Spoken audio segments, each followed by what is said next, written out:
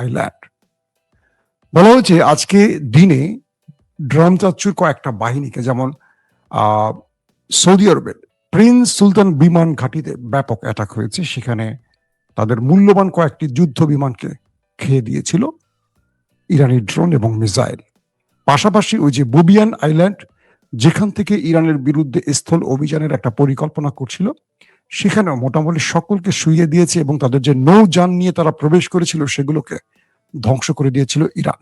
অর্থাৎ ইরান এই মুহূর্তে হার্ডলাইনে খেলছে। আমেরিকা যেখানেই পা দিচ্ছে তাদের কাছে ইন্টেলিজেন্স যে তথ্য নিয়ে তারা আসছে, ইরান তার ওভার ট্রামগুলো করছে বারবার। অর্থাৎ বুবিয়ানা আইল্যান্ডে মার্কিন সেনাবাহিনী যে নামবে, এই তথ্য কারো কাছে জানা ছিল না। যে কোনো ভাবে হোক ইরানের কাছে এই তথ্য পৌঁছে যায় এবং ইরান সেখানে তাদেরকে ব্যাপক হিট করে। তাদেরকে আর সুযোগ দেয়নি, তারা সোজা যেখানে যাওয়ার সেখানে পৌঁছে গেছে। লেবাননের যে খবরগুলো আসছে খুব ইন্টারেস্টিং। গত 24 ঘন্টায় বলা হচ্ছে একটি মাধ্যম বলছে 21টি মার্কাবা আর একটি মাধ্যম বলছে 28টি মার্কাবাকে ধ্বংস করেছে হিজু বাহিনী। 24 ঘন্টায় একটা মার্কাবার দাম $6 মিলিয়ন, মানে 60 লক্ষ মার্কিন ডলার, নট টাকা। কল্পনা করেন কত টাকা একটা মার্কাবা। পৃথিবীর সবচেয়ে উন্নত ট্যাঙ্ক বলা হয় মার্কাবাকে, এবং এটার মধ্যে 2 থেকে 4 জন বা তারও অধিক অনেক সময় সেনারা অবস্থান করে যুদ্ধ ফ্রন্টে প্রবেশের সময়। এই মার্কাবার ট্যাঙ্কগুলোকে যখন হিজবু বাহিনী উড়িয়ে দিয়েছে, তখন তাদের ভেতরে যারা আছে তাদের ভাগ্যে কি ঘটছে বলা মুশকিল, কারণ ওই দেশটি এই হতাহতের কথা স্বীকার করে না। বিষয়টা কি ঘটে দেখেন, গত 12 থেকে 15 দিনে বিভিন্ন আন্তর্জাতিক গণমাধ্যম বলছে গত 12 থেকে 15 দিনের মধ্যে লেবাননের এই বিপ্লবী বাহিনীদের হাতে 100-র অধিক মার্কাবা ট্যাঙ্ক ধ্বংস হয়েছে। কাদের? নেতা কাকুর। 100 মার্কাবাকে এবার ক্যালকুলেটারে গিয়ে হিসাব করেন, একটির দাম 6 মিলিয়ন, 60 লক্ষ মার্কিন ডলার। তাহলে 100-র দাম কত আসে হিসেব করে বোঝার চেষ্টা করেন। তার মানে কি পরিমাণ ক্ষয়ক্ষতি করছে।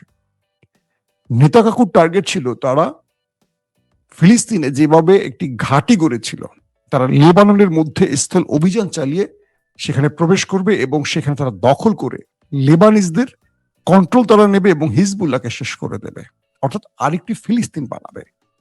কিন্তু লেবানিজ বিপ্লবীদের হাতে তারা এমন ধোলাই খাবে কল্পনা করেনি। তাদেরকে চারদিক থেকে ঘিরে ব্যাপক অ্যাটাক করা হয়। প্রচুর হতাহতের খবর আসছে। প্রকৃত সংখ্যা কেউ বলছে না, বলতে পারবে না, সেন্সর হচ্ছে সংবাদ। সো বলা হচ্ছে এত ট্যাঙ্কের মধ্যে তাহলে কত লোক ওপারে যেতে পারে। তাদের হেলিকপ্টার গুলো একটার পর একটা আসছে আর হতাহতদের নিয়ে ফেরত যাচ্ছে হাইফার উদ্দেশ্যে। অর্থাৎ একটা ফ্রন্টে হিজবু বাহিনী এখন ব্যাপক ধোলাই চালাচ্ছে। একদিকে তারা রকেট মিসাইল তো মারছে ভেতরে, আবার যে বাহিনীগুলো ভেতরে ঢুকেছে তাদেরকে খুঁজে খুঁজে মারছে। অল্প টাকার রকেট মিসাইল দিয়ে ট্যাঙ্কগুলোকে, এন্টি ট্যাঙ্ক মিসাইল গুলো দিয়ে তারা উড়িয়ে দিচ্ছে একটার পর একটা ট্যাঙ্ক। এবং যে কারণে তাদের আইডিএফ প্রধান বলেছে যে আমাদের সেনাদের মনোবল ভেঙে গেছে, তাদের যে কোনো সময় তারা ভেঙে পড়ে যাবে। এই অবস্থাটি এখন স্পষ্ট হচ্ছে।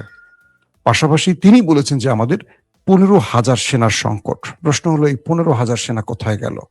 তারা কি জায়গা মতো চলে গেছে বিনা টিকেটে? প্রশ্ন এটাই হতে পারে। দর্শক, দ্বিতীয় গুরুত্বপূর্ণ খবর, এই যুদ্ধে মাঠে নেমে গেছে হুতিরা। ইতিমধ্যে তারা হিজবুল্লাহর পাশাপাশি নেতা কাকুর বাড়িতে মিসাইল হিট করা শুরু করে দিয়েছে।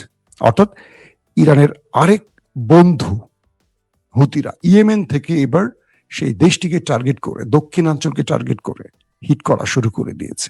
হিজু বাহিনী এক অঞ্চলে, তারা এক অঞ্চলে, ইরান আরেক অঞ্চলে ভাগ করে এখন মারতেছে। আয় তোরা, মানে ইরান তো পুরো শহর, মানে পুরো দেশটার মধ্যে খুঁজে খুঁজে টার্গেটে মারছে। একদিকে হিজবুল্লাহ মারছে, মানে একটা হলো উত্তর পয়েন্ট, একটা হলো দক্ষিণ পয়েন্ট। এখন লেবানন আর ইয়েমেন একযোগে ভাগ করে শিডিউল করে করে তাদেরকে মারছে। মোটামুটি সাউন্ড হচ্ছে ভালো আকারে। তো এই ইয়েমেন যখন নেমে গেছে, ইয়েমেন বলছে যে তারা শুধু শত্রুকে দমন করবে না, তাদের আরেকটি জায়গায় শিক্ষা দেবে। সেটি কি? বাবুল মান্দাব। আপনাদেরকে যে কথাটি বলি, রাইট সির বাবুল মান্দাব তারা এখন বন্ধ করে দেবে। আরব রাষ্ট্রগুলোর রাউন্ড যে শেপটা ইউর মতো, একটা মাথায় আছে হরমুজ প্রণালী ইরানের, আরেকটা মাথায় আছে অ্যাডেন, এবং সেখানে আছে আপনার লোহিত সাগর। এটার যে অঞ্চলটি, এটার নাম হলো বাবুল মান্দাব। এখান থেকে সুয়েজ খালে, মিশরের সুয়েজ খালে প্রবেশ করতে হয়।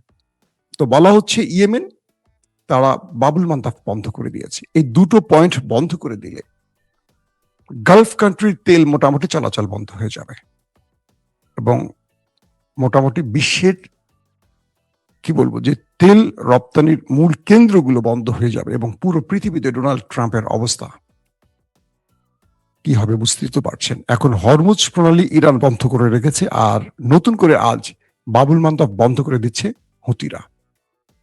এটি হলো একটা অন্যতম সারপ্রাইজ। এখন পুরো খেলাটা ইরানের দিকে চলে আসছে। এরই মধ্যে সবচেয়ে বিগ সারপ্রাইজ দিয়েছে রাশিয়া। রাশিয়া এই যুদ্ধে সবচেয়ে বড় স্ট্রাইক চালায় দিল।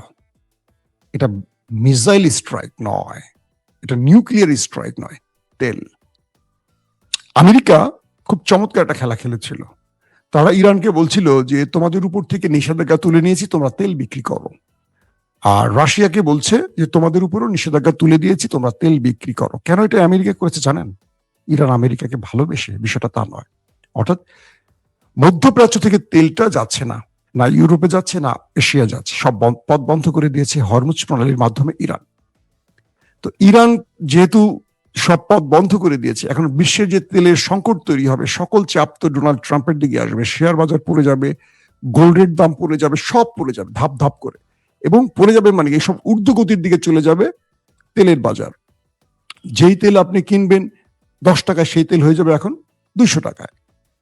তো এই বিষয়টা এখন ইরান চিন্তা করলো যে আমেরিকাকে যে শর্তগুলো জুড়ে দিল, আমেরিকা ইরানের কোনো শর্ত মানতে রাজি হচ্ছে না। রাশিয়া এখানে একটা দুর্দান্ত চাল দিয়ে দিল। কি?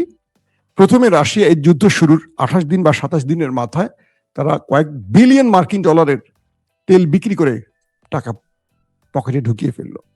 এবার বন্ধু ইরানের জন্য রাশিয়া সবচেয়ে বড় সারপ্রাইজ দিল।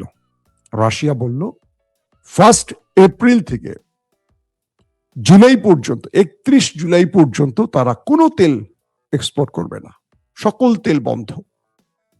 খেলাটা বুঝতে পারছেন? সবচেয়ে বড় স্ট্রাইকটা কি? অর্থাৎ ইউরোপকে, আফ্রিকাকে বা পৃথিবীকে এখন যে তেলগুলো নিয়ে বাঁচতে হবে, তার মূল জায়গাটা হবে ইরান কিংবা রাশিয়া। এখন মধ্যপ্রাচ্যের তেল বন্ধ করে দিয়েছে হরমুজ এবং এখন বাবুল মান্দাব।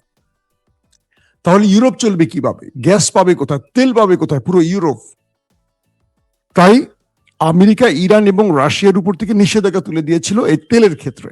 ইরান বলছে যে আমার তেল নাই, আমি তেল বিক্রি করতে পারবো না, কারণ ইরানের সবচেয়ে বড় বিক্রেতা কারা? চীন। চীনকে তো কন্টিনিউ তেল ইরান দিয়েই যাচ্ছে, যত পারে তেল ট্যাঙ্কার ভরে ভরে চীন নিয়ে যাচ্ছে।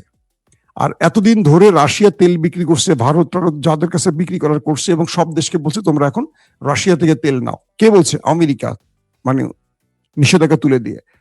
তো দেখলো ইরান, দেখলো আর রাশিয়া দেখলো, চীন দেখলো, এতে করে তো যুদ্ধ থামছে না, বা ইরানের পকেটে বিজয়টা পুরোপুরি আনা যাচ্ছে না। এখন রাশিয়া বলছে আমার তেল শেষ, বা আমার এখন আর তেল বিক্রি করার ইচ্ছা নাই, আমি এখন তেল বিক্রি করব না, আমি 1 এপ্রিল থেকে 31 জুলাই পর্যন্ত আর তেল বিক্রি করব না। এখন ইউরোপ হয়ে যাবে অন্ধকার, পুরো ক্লাবস ওয়ার্ল্ড তেল সংকটে পড়ে যাবে। আর যতটুকু আছে সেটার দাম কত হতে পারে কল্পনা করেন। রাশিয়া বলে দিয়েছে তেল বিক্রি করতে পারি যদি তুমি ইরানের উপর থেকে, রাশিয়ার উপর থেকে সকল নিষেধাজ্ঞা তুলে দাও, শুধু তেলের না, সকল নিষেধাজ্ঞা তুলে দিতে হবে, এবং ইরানের শর্ত মেনে নিতে হবে। ইরান যে শর্তগুলো দিয়েছে, এই শর্তগুলো তোমাকে মেনে নিতে হবে। কে বলছে? রাশিয়া। ইরানের কাছে আসছে ডোনাল্ড ট্রাম্প যে তুমি তেলটা বিক্রি করো, অ্যাটলিস্ট আমার ইজ্জত বাঁচাও। ইরান বলছে আমার তেল বিক্রির এখন আর সময় নাই, আমার তেল এখন উত্তোলন করতে হবে, সময় লাগবে, এখন আমি আর তেল বিক্রি করতে পারবো না।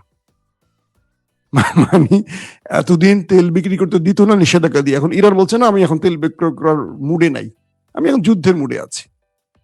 আমেরিকা পড়ে গেছে মাইন কাছি পায়। অন্যদিকে তো আরব রাষ্ট্র তেল দিতে পারছে না, পথ বন্ধ করে দিয়েছে ইরান।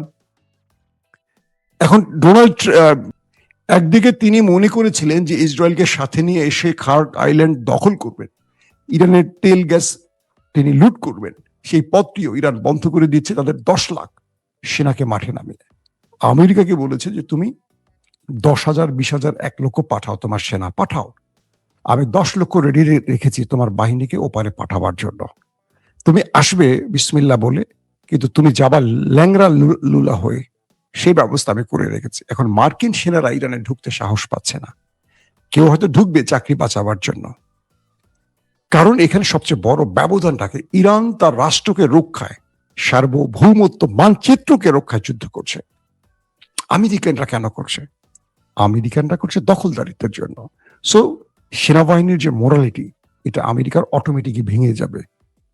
কেউ নিজেকে রক্ষায় লড়াই করবে আর কেউ অন্যকে মারার লড়াই করবে, দুজনের মনোবল এক থাকে না। এখন রাশিয়া যে চালটা দিয়ে দিল এই পর্যায়ে এসে, যে তারা এপ্রিল থেকে জুলাই পর্যন্ত তেল বিক্রি করবে না, তাহলে ইউরোপের কি হবে? ইউরোপের কান্নাকাটি শুরু হয়ে গেছে। এখন ইউরোপ আমেরিকাকে বলছে তুই বেটা যুদ্ধ থামা, 2 দিন পরে আমার সব দেশ, আমার পুরো দেশ অন্ধকার হয়ে যাবে। এমনি ঠান্ডার দেশ, গ্যাস ছাড়া এরা চলতেই পারে না। পাশাপাশি এলএনজি প্রায় 17% অফ হয়ে গেছে কাতার থেকে, কারণ সেখানে হিট হয়েছে। যে হিট হোক, কাতারে বড় হিট হয়েছে।